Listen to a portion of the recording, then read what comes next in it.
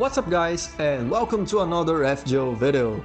This time we'll be closing the year and talking about the next best servant of 2025. So before we begin, please leave a like, subscribe to the channel if you haven't, turn on notification bell, and let's jump into the video.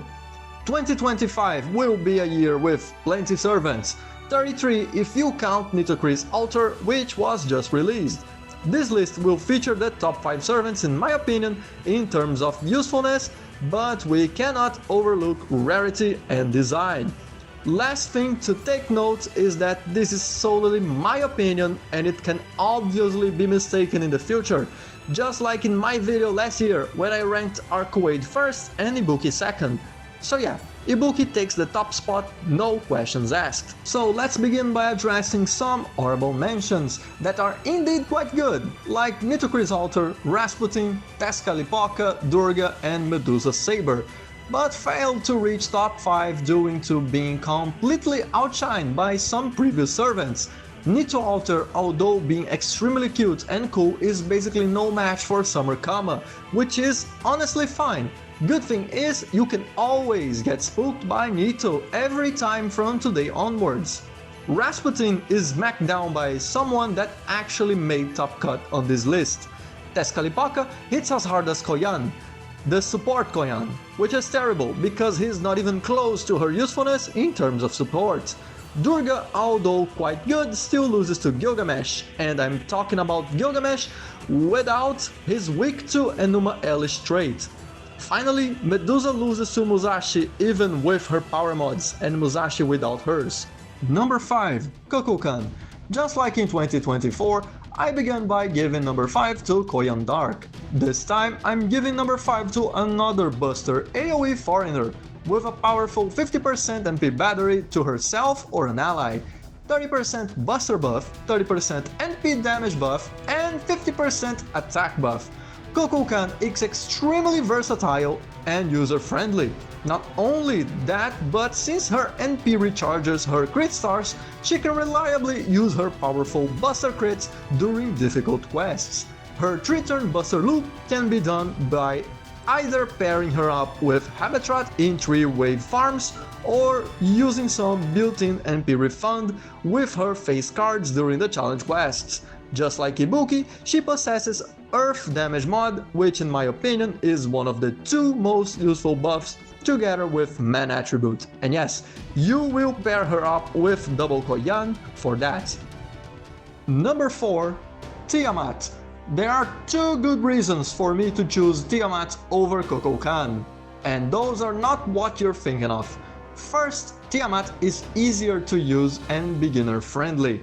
After all, Tiamat has a 2-turn cooldown skill, and since Koyan is basically the go-to buster support anyone uses, that means Tiamat will spam her skill tree at least 3 times instantly, which is insane. She possesses a 3-turn attack buff, buster buff, and a 1-turn NP damage, but she will always be spamming this skill every turn. But most importantly, she has such a way to keep getting more and more NP batteries, with a 50% one and a 10% one that can be used a lot of times. The second reason is of course her rarity. Tiamat is coveted since Singularity 7, and God blessed us, finally as she came, and she came a lot better than most anticipated. Number 3. Summer Chloe von Iceburn. This one is simply a case where the 4-star is actually better than the 5-star servant from her banner. Chloe is the best support from this year, and she gets a system for herself, just like Astoria, Skadi, Koyan and Oberon. She basically got almost the Infinity Stones treatment, where she can always be used to amp up a design servant, and when used correctly, she can make servants that previously were not able to 3-turn loop with double Koyan and Oberon to actually do it. She gets to buff the DPS with attack and critical buffs for turn 1, and on turn 2 she will recharge the DPS battery by 30 or 50% NP battery, depending on how many enemies were hit and how many times. Finally, just like Miss Crane, she plug suits herself out, making another slot for another support to keep buffing the DPS. So you can count me in for rolling after Chloe during this summer. And speaking of summer, number 2, Summer Morgan, Tonaliko Ask the Savior. I was torn to who to choose between her and the number 1 pick. And maybe I will be mistaken again, like last year, but it won't make her any less good. Beginning with her ascensions, which, by the way, are gorgeous, all the way to her skills. Morgan is an AoE buster caster that deals extra damage against evil alignment and reduces their defenses, but her skills are basically Merlin on steroids. And I mean both. Skill 1 will charge the MP gauge of everyone by 10% every turn for 3 turns, and gives 10 crit stars every turn for 3 turns. Yes, just like Merlin's MP.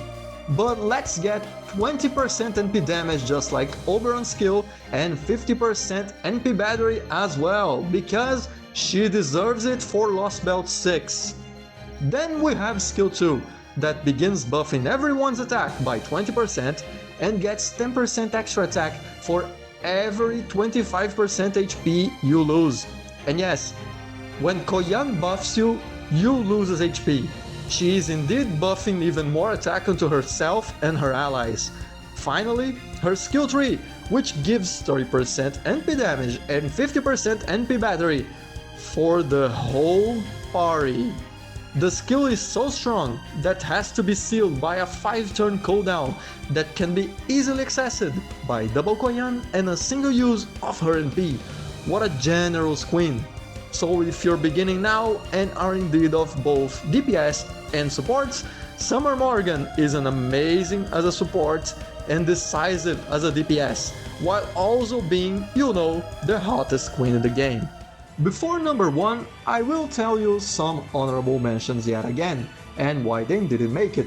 Summer Castoria, although the best servant of 2022, couldn't make it because her single target Arts Berserker class didn't quite make it. Same as Summer Malazine, the best of 2023. Her Lancer version is simply better, although if you think I'm not rolling for her, think again, because hell will freeze before I skip any one of her banners. Ptolemaios is very good with his 2 NPs, but it's not as easy to use as Malazine's. And Yuzugi Kenshin is, although hot as hell and mentally stable as well, it's not always you will need a single target ruler. For eye candies and design, Summer Baobhan Sith is number 1, Summer Morgan is number 2, and Summer Suzuka is number 3. Finally, the number 1 spot on the list is none other than Sodom's Beast Draco. Basically, Nero final form, ready to fight against Frieza on Namek.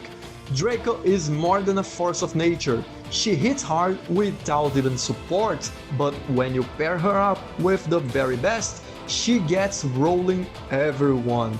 First thing is her class, the Beast class, that deals extra damage and resists the 7 original classes, making her a berserker on steroids. The first skill will give her 10% NP battery and 30% crit damage for 6 turns. Yes, 6 whole turns.